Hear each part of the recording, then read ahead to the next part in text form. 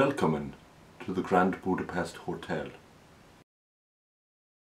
No, today's review will be about the Grand Budapest Hotel, which was released in 2014 and directed by Wes Anderson. The movie over time has received an 8.1 out of 10 on IMDb and a 91% on Rotten Tomatoes. It's highly rated. I've never seen this movie before this first viewing, and I was not looking forward to seeing it at all. Wes Anderson is responsible for some of the weirdest out there films that we see produced at the moment, like Isle of Dogs and The Life Aquatic with Steve Zissou, which starred Bill Murray and was phenomenal. His films draw quite the eclectic cast, and the star power is not lost in this film. It has Ralph Fiennes, Jude Law, Bill Murray's in it again, we've got Edward Norton.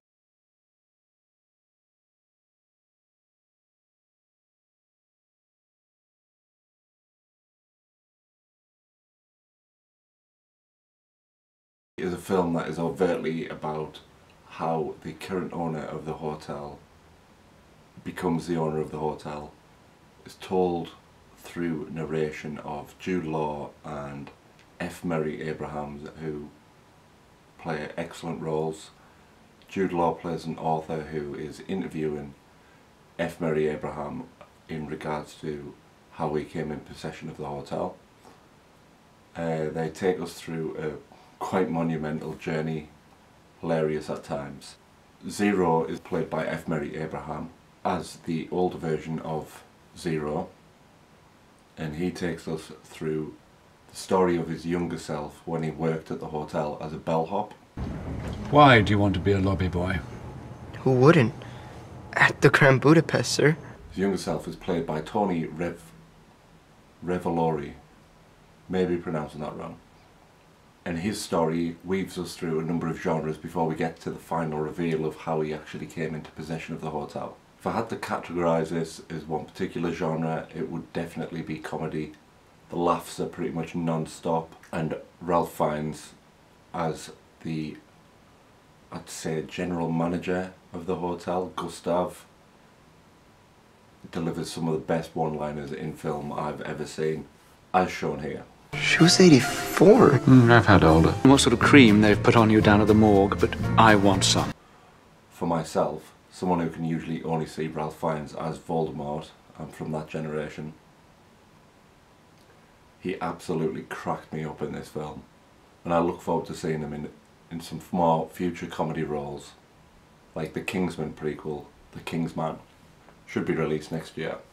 But the movie can't just be one-liners, so what else do we have? The plot is mainly driven by Gustav. He inherits a painting from one of his previous guests. We meet her at the start of the movie, and she sadly passes away, and he inherits this painting. Just a little spoiler, he was sleeping with her, and she was about 900-year-old. She was dynamite in the sack, by the way. She was 84. I've had older. There is suspicion around the death, and this is ultimately cast upon Gustav by her family. And this leads the movie down a murder mystery crime genre. This eventually leads to more deaths, a game of cat and mouse involving 3 different parties. The family's involved. Obviously Gustav is being chased with Zero as his sidekick, and the police force are also looking for them and trying to untangle this murder mystery web that's been weaved. The main crux of this element of the story is blindingly obvious. We know exactly who's done what and why, but Anderson chucks some left turns in, sharp left turns, sharp right turns. He takes us all over the place in a roundabout way, keeps us guessing on the little things. And this really makes the movie interesting, adds some good little plot twists. All throughout this plot we have various subplots, main ones being Zero's love interest Agatha and how she ultimately helps in Gustav's redemption. We also have probably the funniest prison break sequence I've ever seen in film. This movie for me was completely unexpectedly funny and is now a firm favourite. The prison break is reminiscent of Chaplin and Buster Keaton. I think Anderson fully intended this as a homage to the origins of comedy films, and it really comes through and it is hilarious.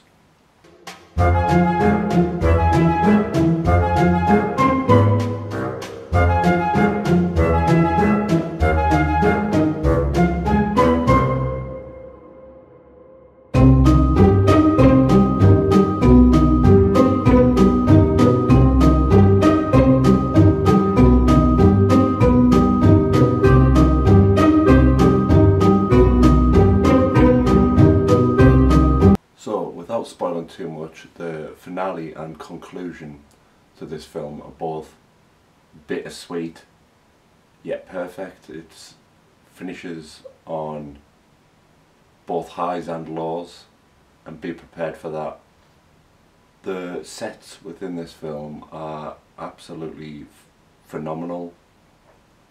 Anderson manages to show us both the grandeur of the Grand Budapest Hotel and then the shabby wreck it becomes, and you really get the sense of how this hotel is degraded over time. The general mise-en-scène throughout the film is consistent and transports us back to the period in which it's set, in mainly the 1930s, and then again in the, I think it's the late 80s.